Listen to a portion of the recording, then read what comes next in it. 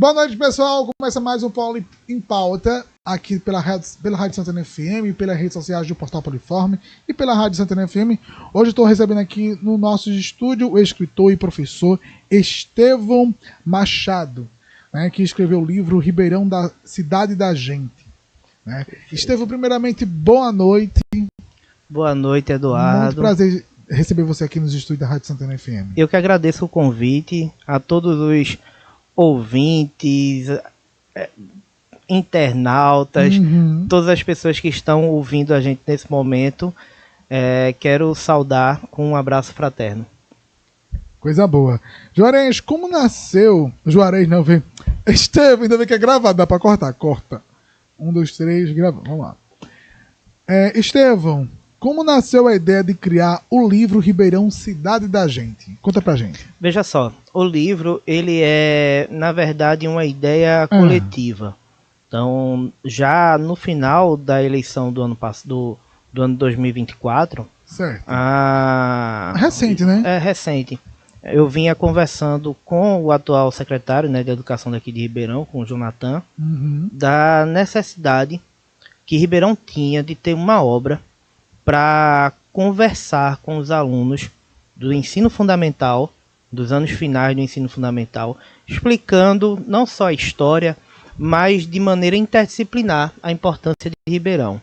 E essa ideia ela foi à frente, graças, claro, ao apoio que a prefeita Carol Jordão deu para a publicação do livro. Então foi quando tudo converge para dar certo. Você tinha um secretário que estava antenado a essa necessidade, eu estava disposto a fazer a obra, a escrever, e não teve nenhum entrave do poder público, pelo contrário. Então o poder público, né? Ele apoiou, ele foi junto, ele disse pode fazer que vai ser implementado. Então eu quero já aproveitar o momento para agradecer essas duas figuras, né? Agradecer a prefeita Carol e agradecer ao secretário Jonathan pelo espaço e pela possibilidade, né, de trazer não só a história, a cultura, os aspectos políticos, geográficos da cidade, mas incentivar os alunos, né, os alunos da rede, a partir do ano de 2025, né, vão começar a ter esse contato, né, que é muito difícil você ter isso nas prefeituras, você ter isso nas redes municipais de ensino, e Ribeirão ele vai dar esse salto de qualidade em questão de conteúdo para a nossa garotada. Estevão, como foi o campo de pesquisa? Como foi a pesquisa? Não foi uma coisa feita de um ano, né? De uma noite por outra. Foi uma coisa estudada. Foi rápido. Foi rápido? Foi rápido. Quanto tempo mais ou menos? Foi rápido. A gente conversou muito durante a campanha, no pós-campanha, aí em janeiro, né? Final de janeiro, eu tinha recebido o ok para começar a escrever. Então a pesquisa e a escrita elas foram andando juntas. Então foram muitos finais de semana que ocorreram principalmente com uma base de dados que está na internet, mas que ninguém usa. Sim. Então a gente foi pesquisar alguns jornais antigos, ver questão de dados geográficos e de dados em portais oficiais do governo, né, do IBGE, etc. E a pesquisa ela tinha que ter essa celeridade. Então ela não podia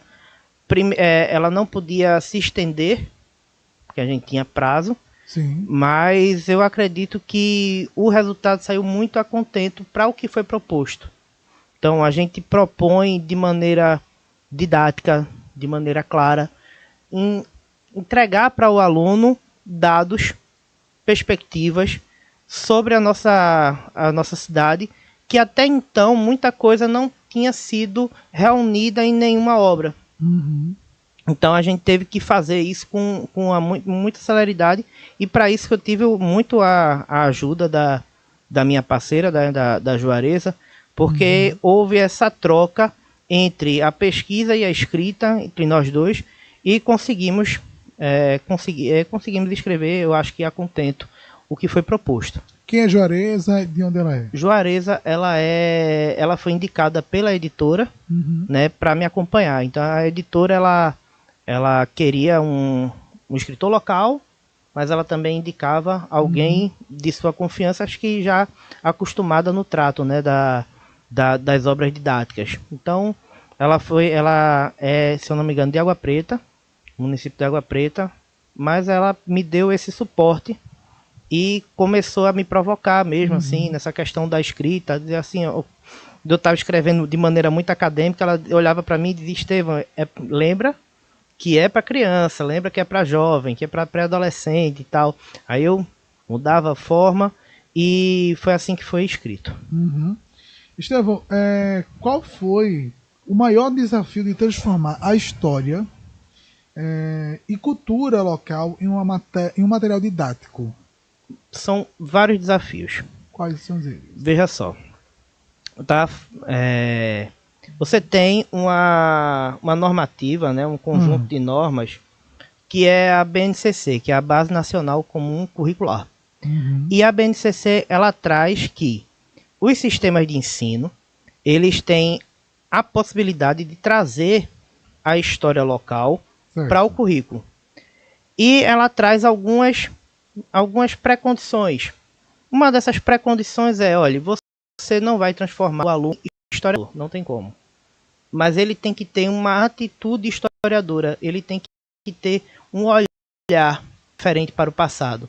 Então, por exemplo, você escreve para um artigo científico no campo da história, que é o campo do qual eu faço parte. Então, quando você escreve um artigo científico, você está geralmente escrevendo para historiadores.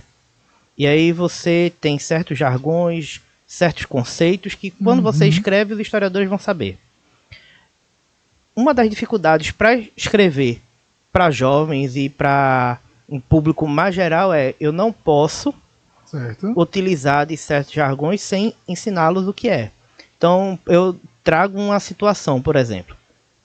Quando eu fui falar da questão do Padre Vito Miracapilo, né? O Padre Vito, ele era um padre italiano que veio aqui para ser pároco em Ribeirão e se negou a rezar a missa de independência. Isso já no final da ditadura militar, que ele dizia que o Brasil não era independente. E aí tem uma questão. Eu narro a história do Padre Vito, mas eu tenho que abrir uma janela para dizer o que é ditadura militar, como é que ela cerceava direitos, então falar sobre censura. Então a gente tem que ter esse cuidado quando a gente vai escrever para um público mais amplo, que muitas vezes vai precisar dessa sua explicação para poder compreender o texto. Entendi. Inclusive, o Padre Vito, ele tá em que cidade agora? Eu acredito que ele voltou para a Itália. Eu não sei qual é a cidade que ele tá. Se eu não me engano, ele participou de uma entrevista com a Ataúfo um tempinho atrás. Foi, ele de vez em quando ele vem, né? Ele faz algumas visitas ao Brasil. Não sei se ele retornou ao Brasil. Da última vez que eu soube de Padre Vito, ele estava na Itália, mas ele vinha regularmente, porque recentemente entregaram o visto, né, novamente, para ele poder visitar o país, porque foi uma batalha jurídica enorme, de grande repercussão. Então, até hoje, o Diário de Pernambuco fez aniversário, né, esse ano de 2025, né, o bicentenário, e destacou esse episódio com o jornal, né? Do Padre Vito. Destacou esse episódio do Padre Vito, que teve uma repercussão nacional. Muito bom. Que importância vocês veem em ensinar estudo raiz desde o ensino fundamental? Vê só, o grande problema por exemplo, do ensino de história, dos ensinos de geografia, é que durante muito tempo essas disciplinas elas foram meio que se pensava muito o contexto geral. Então é a história geral, é a geografia do país, são os blocos econômicos, etc. E o menino, a menina, estão lá na escola, não se viam, de certa maneira, representados naquilo que estava sendo falado no livro didático. Sim. Porque, por exemplo, quando se fala em Brasil, Brasil é um conceito muito abstrato. Então, o que é o Brasil? É o Pará? É Pernambuco? É o Rio de Janeiro? É o Rio Grande do Sul? São realidades totalmente diferentes. Isso mesmo. São países, se a gente pensar direitinho, são países totalmente diferentes dentro desse país. São realidades, mundos, culturas. E esse menino se via muito perdido nessa noção do que é o Brasil, por exemplo. Quando você fala do município, quando você fala da sua região, é algo mais palpável. Quando você fala de um rio, como o Rio Siriaém, o Rio Amaragi, o Rio Una também, que passa ali em Palmares. Quando você fala da presença da cana-de-açúcar, quando você fala da produção da pecuária, né, dos animais, do boi, do búfalo, enfim, você fala disso para ele, ele vive isso. Muitos dos nossos alunos são de zona rural, eles compreendem como é que se dá o processo. Então, o estudo regional, o estudo de história, de geografia local, permite com que, primeiro, esses alunos eles se percebam como parte da história. Eles estão ali naquele ambiente construindo também a sua própria história e se percebendo. E essa é uma grande ideia da obra também. É dizer assim, olha, você mora em Ribeirão, mas você tem que saber a importância dessa cidade para o país. E aí também tem essa dialética na obra, a importância de Ribeirão para o país, mas a importância de Ribeirão para a sua vida.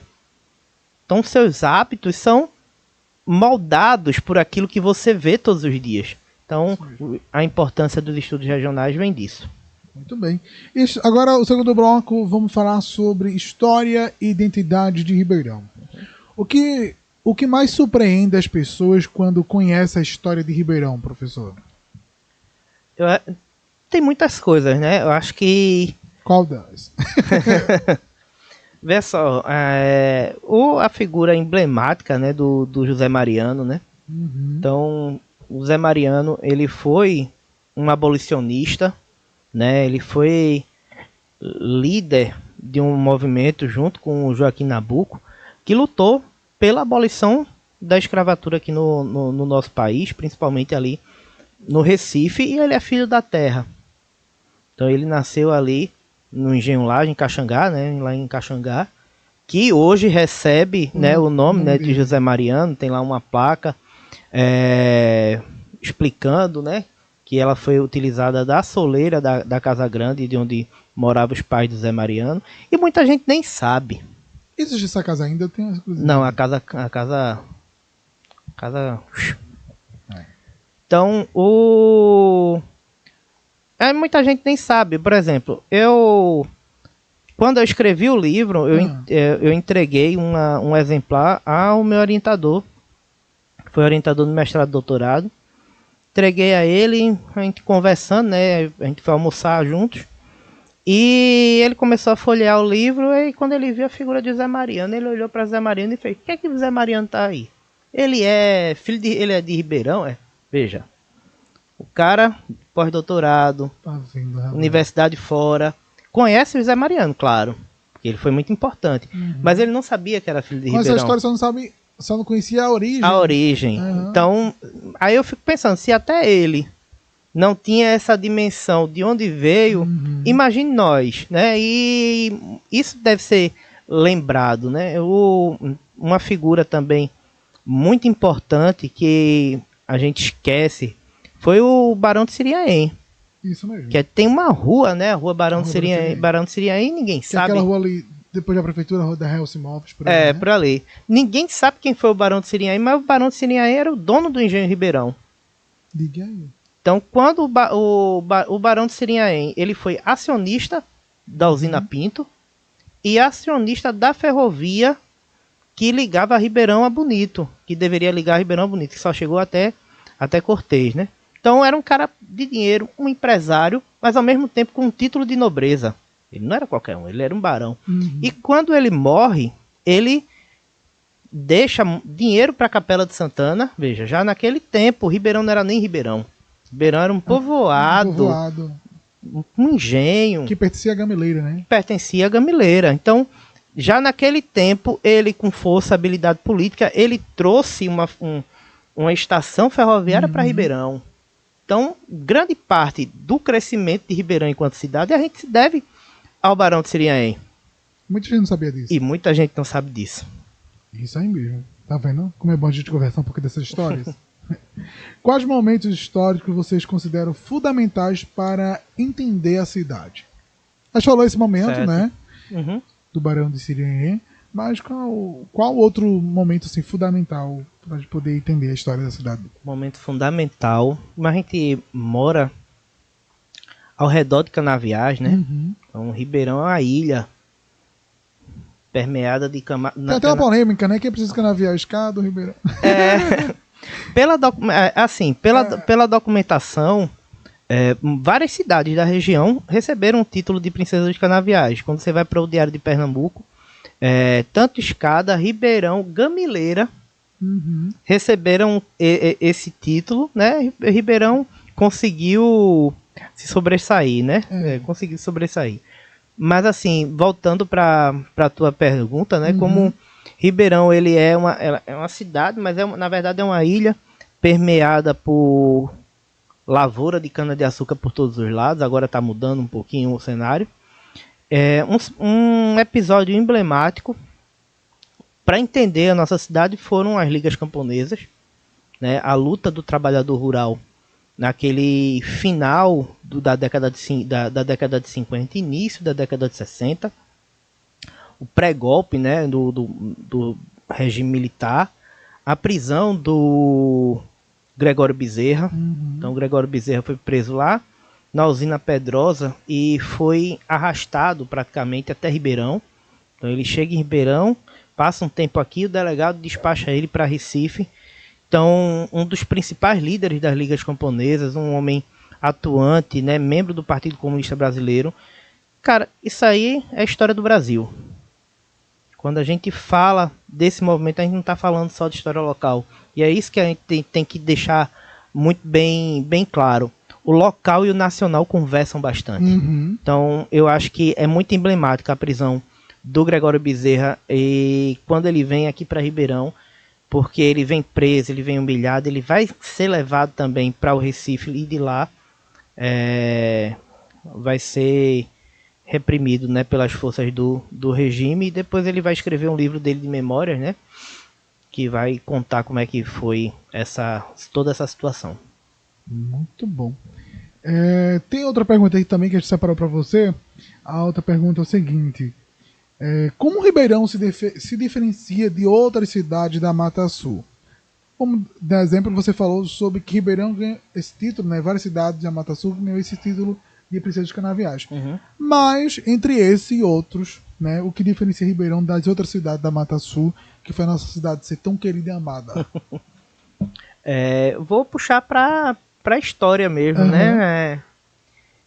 Eu acredito que Ribeirão, assim, o que diferencia... Eu vou puxar para a cultura. Ribeirão tem o maior e melhor carnaval da região. Ribeirão é uma terra de um povo alegre, que gosta de festa, que gosta de festejar, que participa. Então isso aí não tem tanto essa segregação social. Então na hora do carnaval é a festa mais democrática do Brasil, né? Então você vê tanto o filho do rico, o filho do pobre, todo mundo ali se divertindo. E é no carnaval que a gente expõe. O carnaval ele é o retrato, né, do nosso país. É no carnaval que a gente expõe as nossas realidades e também fala da nossa história. Então, já puxando, eu sei que a gente vai falar de cultura mais na frente, né? Mas assim, puxando para esse aspecto, a gente tem uma tradição que é centenária. Que são as tradicionais cambinas de Ribeirão. Então, a gente tem aqui um elo que nos liga a um passado escravista durante a brincadeira da folia de Momo. E é uma coisa que que é muito importante, né? A preservar a cultura da nossa cidade. Sim. E Ribeirão, falando de carnaval, Ribeirão quase não é o mês todo de carnaval. Eu gosto. Eu também. Só não gosto que eu trabalho mais do que me divirto, mas eu gosto, de verdade. Olha só, como Ribeirão há algum personagem ou figura histórica local que mereceu destaque especial na sua obra? Quem foi ele? Eu citei já dois, né? Eu citei o Mariano, citei também a figura do Barão de Sirinhaém, e eu destaquei muito a figura do primeiro prefeito de Ribeirão, que é o Álvaro Santino de Castro Figueiredo. Então, o primeiro prefeito de Ribeirão era um médico sanitarista. Ele foi responsável por fazer o primeiro hospital, né, daqui de Ribeirão, o hospital intermunicipal naquela época, quando Ribeirão ainda era um distrito de Gameleira. Era um postinho de saúde muito humilde. Eu trago até uma foto de como era. No livro tem uma foto de como era o posto sanitário, né? Fala hospital, mas era um posto sanitário. Posto sanitário. Sanitarismo, de cuidar, né? Porque sanitário hoje entendi.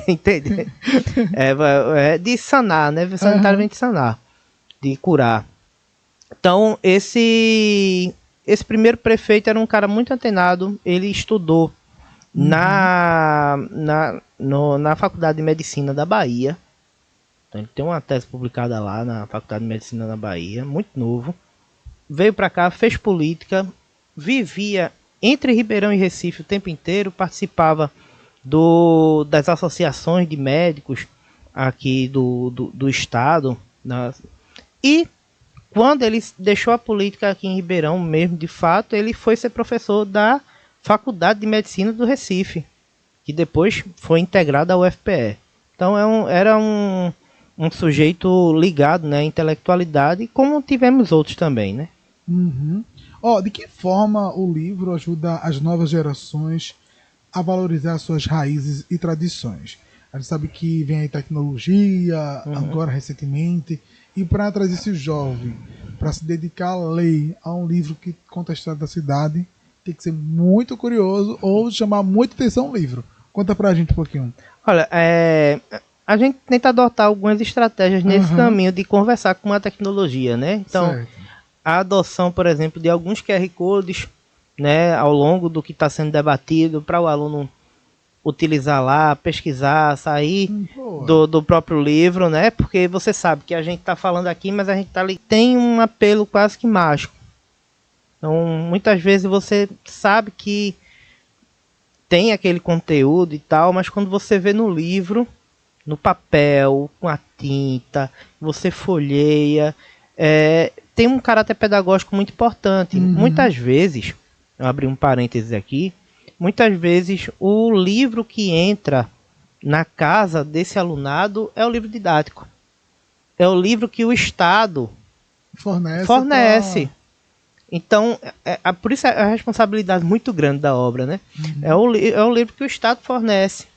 Então, ali, o estudante vai utilizar, mas a mãe, o pai, o avô, o tio, a tia, todo mundo pode, por curiosidade, folhear e ver um pouco.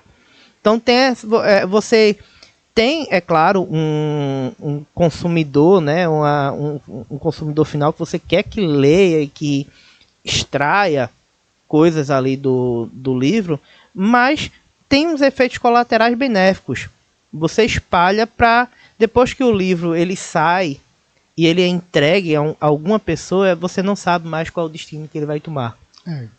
Então, é um rumo desconhecido. É um rumo desconhecido que pode ser bom. Porque desperta para outras pessoas. E como isso aí vai ser entregue aos alunos, isso vai chegar na casa de muitas pessoas que possivelmente não têm um livro em casa. Isso aí é o papel, né? É o papel do Estado, é o papel do município fazer com que a história, a cultura, a nossa identidade enquanto cidade seja distribuída para as pessoas. Isso aí. Estamos em 2026 e vai ser distribuído, né, para a rede de ensino do município. Sim. Esse livro. Certo. Só vai ser para rede municipal ou para rede estadual também esse livro? Não, vai ser para rede municipal. Eu não sei. Tem um público-alvo assim de criança, faixa etária de idade? Tem a faixa etária. Eu não sei qual vai ser a estratégia que a Secretaria de Educação vai adotar, porque, enfim, a minha parte foi escrever. Mas a faixa etária são alunos do 6º ao 9º ano, que são os anos finais do ensino fundamental.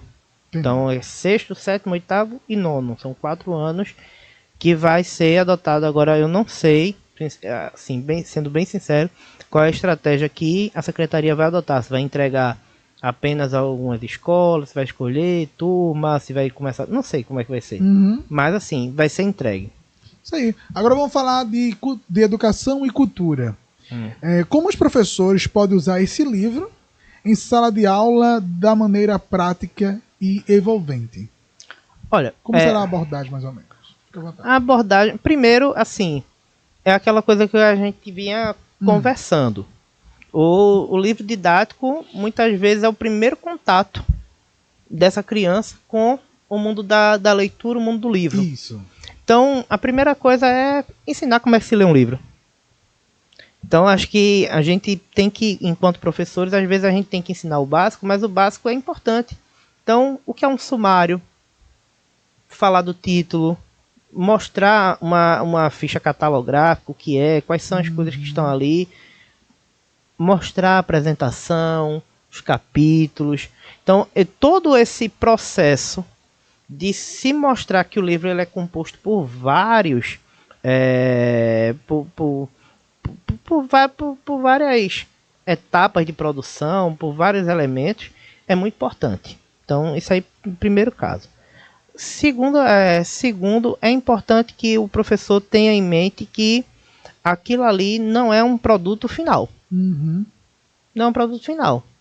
Quando a gente propõe, por exemplo, eu e a Juareza, propusemos algumas atividades ao final de cada unidade. Então, tem a unidade e as atividades como uma forma de fechamento. Mas o professor, em sala de aula, ele tem liberdade de cátedra. E a gente está lidando com uma categoria que sabe criticar, que tem conhecimento. Muitas vezes os professores podem saber de coisas que eu não sei. Não é isso? Então, o livro ele não é um fim. Então, criticar o livro é bom. Fazer a crítica, analisá-lo, complementá-lo. Você olha, faltou, vamos pesquisar sobre isso também.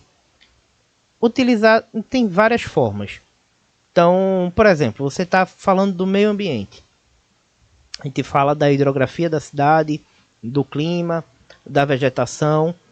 E uma coisa que não foi proposta no livro, mas que o professor pode propor. Dizer, olha, para as séries mais finais, para os 9º e 8º, que são, os jovens já estão mais velhos. Vamos fazer vídeos sobre a hidrografia e utilizar o livro como ferramenta para criar legendas, para criar textos. Veja, é uma utilização para o livro.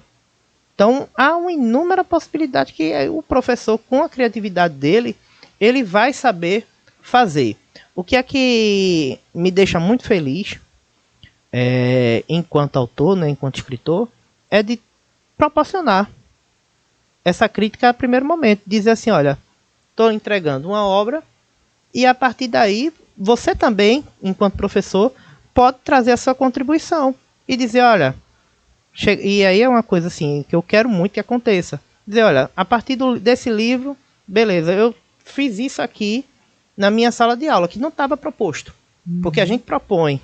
Isso. Mas imagine quando o professor pega uma obra, lê, reinterpreta e traz a sua subjetividade, né, a sua forma de dar aula. Isso aí é maravilhoso. Então é muito importante e eu fico muito satisfeito de ter entregue esse produto que não vai acabar em si mesmo. Isso aí mesmo. E o que vocês mais desejam que as crianças aprendam com esse material? Veja só. Tá? Uma coisa que, sinceramente, eu quero que as crianças saibam que a nossa cidade ela é muito particular. Que a nossa cidade ela tem um potencial de crescimento enorme. nós temos um clima favorável, um solo favorável, estamos praticamente conectados a várias micro-regiões do estado. A gente está perto do litoral, está perto do Recife, está perto de Caruaru, do Agreste.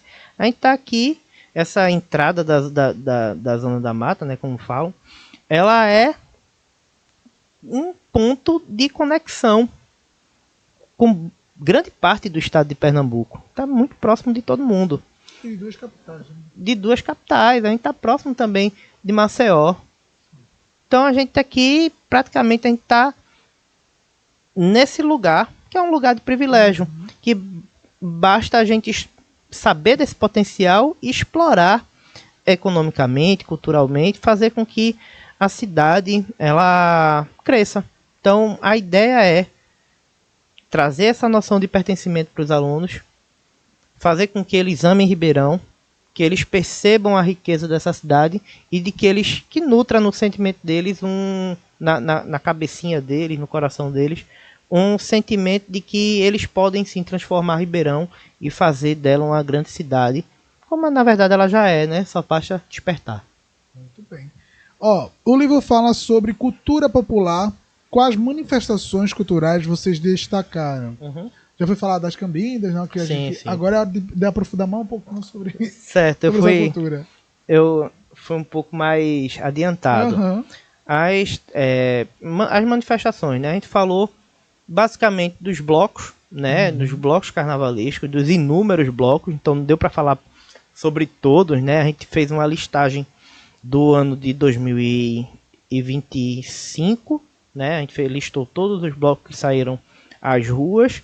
Destacamos alguns, né? Alguns particularmente, né? Alguns mais tradicionais, e enfocamos nas figuras, né? Do urso, né? Do Bairro Novo, que foi considerado patrimônio, né? Da cidade, patrimônio imaterial da cidade. Então tem uma relevância. E né? várias participações no lugar da madrugada, em coisas grandes do estado, né? Sim, ele está em todo lugar. Quando você menos espera, tá o urso lá. E a gente destacou o urso, que tem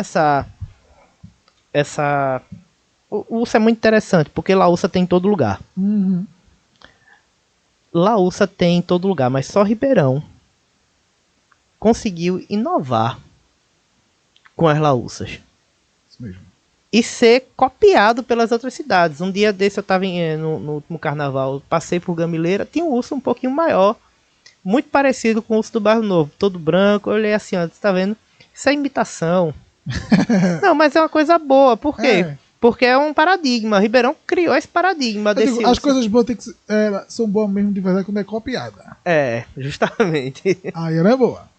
Então tem o urso da João Felipe, tem o urso do Bairro Novo, tem o urso da Toca também, né? Tem vários ursos, eles entram nessa competição então essa questão da Laúça, né? A gente toca como é que as Laúças surgiram e tal, porque a gente tem que fazer essa conexão com o que acontece aqui. A gente tem que sempre trazer e conversar da história. Então essa maneira única de brincar a Laúça, que o ribeirãoense inventou, então diga-se de passagem. E as músicas, né, também, Ribeirão tem essa característica de ter músicas próprias durante o carnaval. Então tem muita cidade por aí que as músicas são as músicas que todo mundo em todo lugar toca. Ribeirão tem seus hinos carnavalescos. Então Ribeirão tem essa particularidade, além, é claro, não posso deixar de falar da onça, né, da onça mansa que sai do Bairro Novo, e das tradicionais cambindas de Ribeirão. Então as cambindas também é um caso sui generis, né? Então as cambindas é um maracatu, né, de baque solto, totalmente particular. Então tem um toque, tem alguns dizeres, né? Que todo mundo já dizia que as cambindas não saíam. Tem as músicas que o hino das cambindas que foi escrito pelo senhor Severino Teles, né? Então você tem algumas questões dessa tradição que trazem, né, remetem à nossa história enquanto um lugar escravista. Então isso dá muito pano para manga para debate sobre escravidão. Veja, Ribeirão foi um polo escravista. Seus engenhos traziam essa dor do negro africano que vinha lá de outro continente, era trazido para cá para trabalhar num trabalho compulsório, sem receber nada, sem direitos, sendo maltratado, né, pelos senhores.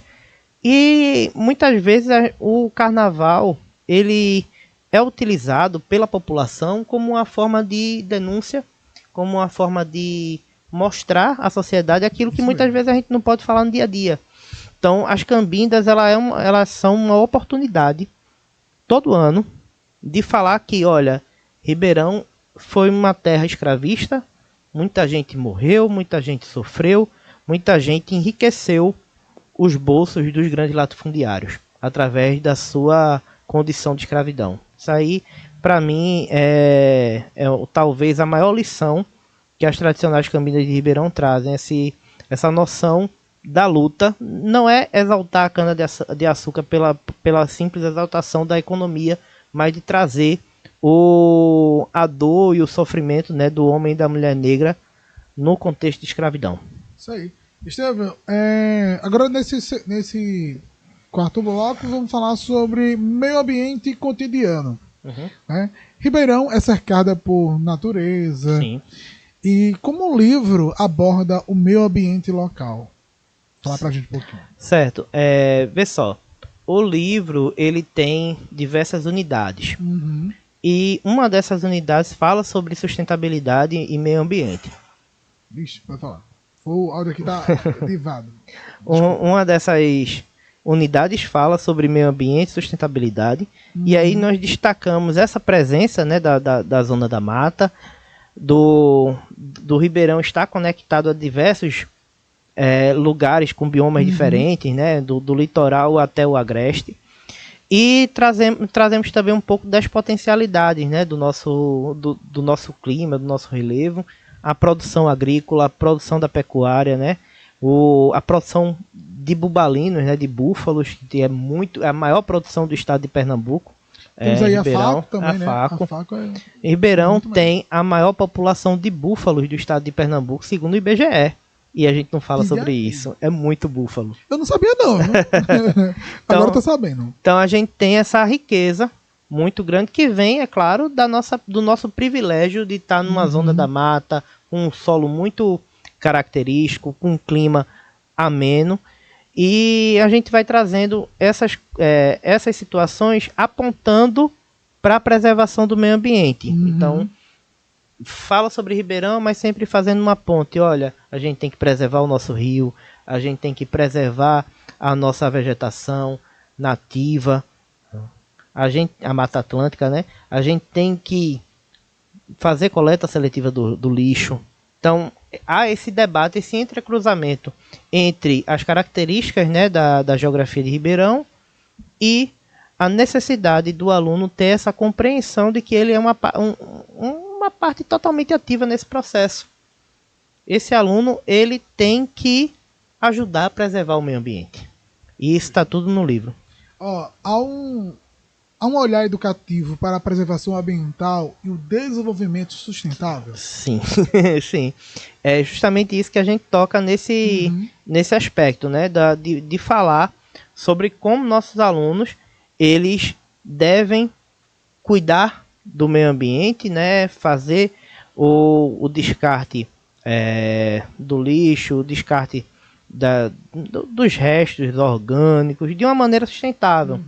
Então, no livro ele tem essa particularidade de conversar, como eu havia falado, entre as características, mas também de propor ações, né? De ensinar o menino que existem cores diferentes para as lixeiras, e elas representam tipos de descarte diferentes.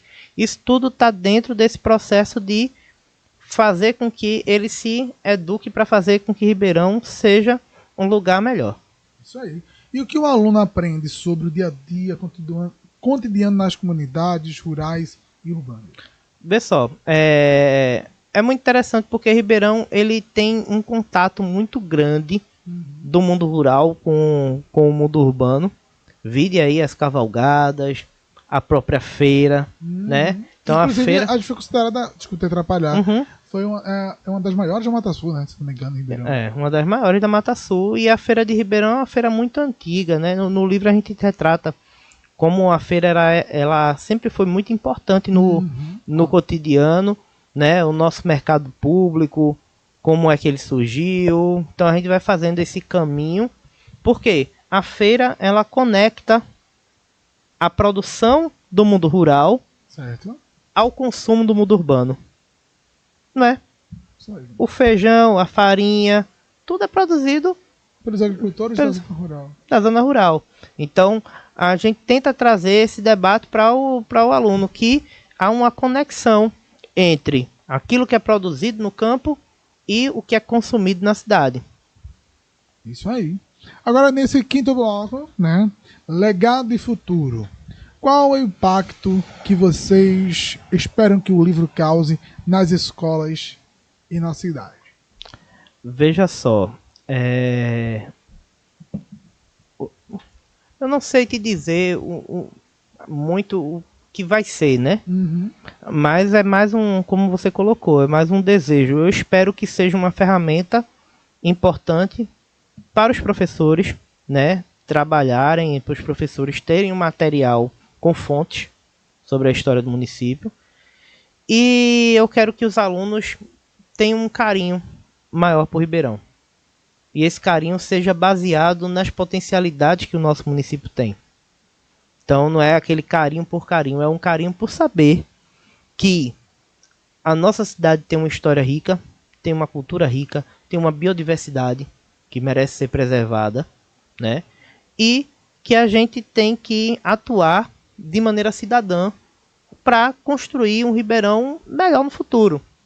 Então, a nossa perspectiva é essa, de olhar para o futuro, né, com essa esperança de que tanto os professores como alunos e todas as pessoas que tiverem contato com o livro tenham esse sentimento de dizer, caramba, Ribeirão é um lugar muito particular e que merece ainda mais crescer, se desenvolver e ser um lugar bom para todo mundo, né? A gente ama o lugar que a gente vive, a gente ama Ribeirão, acho que todo mundo aqui partilha desse sentimento e o intuito do livro também é esse.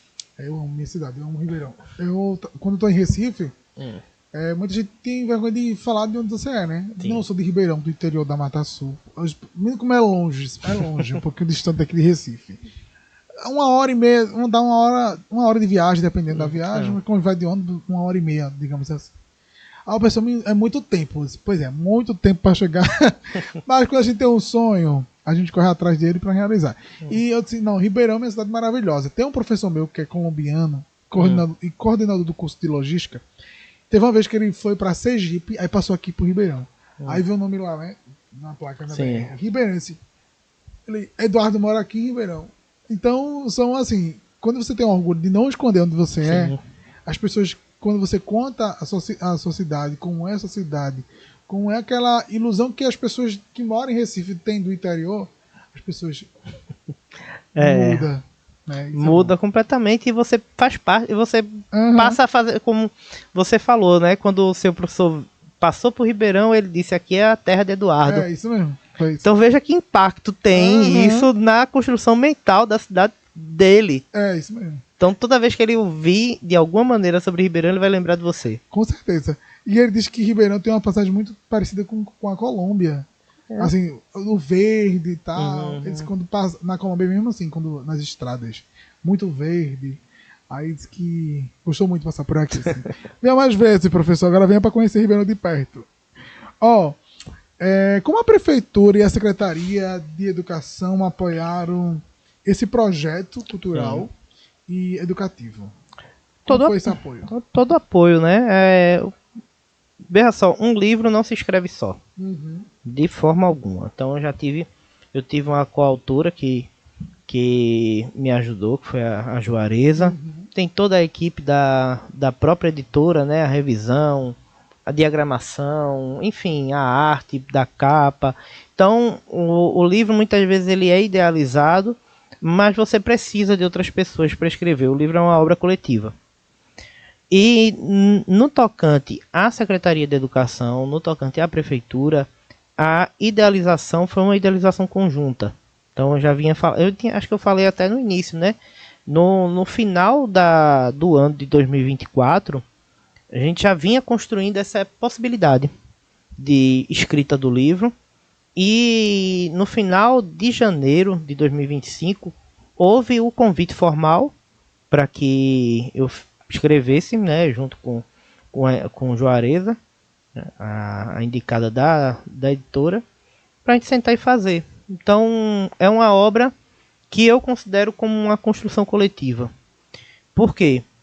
Eu poderia ter escrito só, poderia, mas talvez não tivesse essa penetração na sociedade, como vai ter. Com certeza, verdade. Então o poder público ele foi fundamental, ele está sendo fundamental para que tudo que eu falei durante esse tempo todinho seja realmente direcionado, né, para os nossos alunos, os nossos estudantes da rede. Então eu só tenho, claro que agradecer a oportunidade, né, da prefeita Carol, do secretário Jonathan, pela possibilidade da gente fazer esse primeiro trabalho. Espero que não seja o último. A gente tem muita palha para queimar, muita carta para usar ainda. Muito bem. Vocês pensam levar esse formato de estudo regionais para outras cidades? Aí vai depender do convite, né? Dependendo do convite. Então o que precisa, se uma cidade quiser? Uma cidade, fala comigo. Muito bem. Qual o meio de falar contigo? Instagram. Fala o seu Instagram? Nosso marketing. @Machado Estevam. Pode ir lá falar que a gente conversa. Muito bem. E Estevão, para encerrar a nossa entrevista de hoje, viu? Agradeço mais pela sua participação, por ter aceitado, por estar até essa hora aqui comigo. É uma questão de organizar mesmo. Já participou de entrevistas, aí tá aqui hoje, cansado do dia, né? Mas veio contar um pouquinho dessa história desse livro, esse bate-papo muito bom. Se tivesse que definir Ribeirão em uma palavra, qual seria e por quê? Essa pergunta é uma pergunta muito difícil, né? Porque você percebe que a gente gosta de falar. Então, quando você fala muito, você acaba gastando seus conceitos em várias frases e definir em uma palavra só é muito difícil, mas eu acho que Ribeirão ela cabe muito no contexto uma palavra só, né? Cabe muito no contexto, eu vou te dizer que da cana-de-açúcar. A cana-de-açúcar. É a cana-de-açúcar que criou a cidade de Ribeirão, porque ela vem de um engenho, né? Ela vem do engenho Ribeirão, que era um produtor de cana-de-açúcar. Depois esse engenho vai fazer parte dos engenhos que vão fornecer cana-de-açúcar para a usina Pinto e depois vai crescendo a vila, vai se tornando cada vez maior até que estoura no campo de uma cidade. Mas é a cana-de-açúcar que vai meio que ditar como é que vão ser as relações sociais entre as pessoas. Quem é produtor, quem é trabalhador, quem é que vive do comércio e que precisa da safra e da entre safra para vender bem ou não. Então, até hoje, nós dependemos, né, ainda da cana, mesmo diversificando a economia, a cana-de-açúcar ainda é muito presente. Então, até na forma de brincar, você olhar direitinho, as cambindas só existem porque aqui foi uma plantação de cana-de-açúcar e precisou naquele momento trazer os escravizados de África para fazer esse serviço compulsório, né? Então acho que Ribeirão ele é marcado por essa tradição tanto dos trabalhadores escravizados negros que conseguiram a liberdade em 1888, como também os trabalhadores livres que vão lutar nas ligas camponesas, né? Lá no final da década de 50. E essa luta, as relações sociais, então tudo gira um pouco em torno da cana-de-açúcar, que vai mostrar essa disparidade muito grande também. Então, quando você olha para a paisagem rural e vê uma casa grande, né, a gente está olhando ali para um símbolo de opressão. Quando a gente olha para as casas grandes de Ribeirão, a gente está olhando para um símbolo de opressão de uma elite açucarocrática que mandava matar, que mandava apanhar, que mandava os escravizados apanharem, etc. Então, a gente está falando também de relações sociais muito complexas. Eu acho que Ribeirão foi, não vou dizer que foi a cana-de-açúcar em sua história. Então, a gente é definido pela monocultura, mas o futuro ele é para frente, como se diz a história, né? Então a gente está modificando, né? Ou está diversificando o campo. Então você vê a possibilidade, né? Você vê a pecuária aparecendo, você vê a instalação de indústrias, né? Como nunca antes tinha se visto aqui. Então você vai vendo que há uma diversificação da economia que é própria do progresso. Então o Ribeirão ele foi cana de açúcar, ele foi monocultura, mas agora ele está caminhando, né, para o desenvolvimento de alguma forma. Então eu acho que é isso. Muito bom. Obrigado, Estevão, pela companhia. Obrigado a vocês também que estão acompanhando a gente pelas redes sociais da Rádio Santana FM, Portal Paulo Informe. 2026, muita novidade para a gente, né? E é uma das novidades esse livro implementado na educação do município de Ribeirão. E é isso, muito obrigado pela companhia. Até o próximo podcast, assim se Deus nos permitir. Tchau, tchau e um ótimo 2026. Hoje, dia 2 de janeiro, estamos aqui fazendo esse podcast para vocês. Tchau, tchau.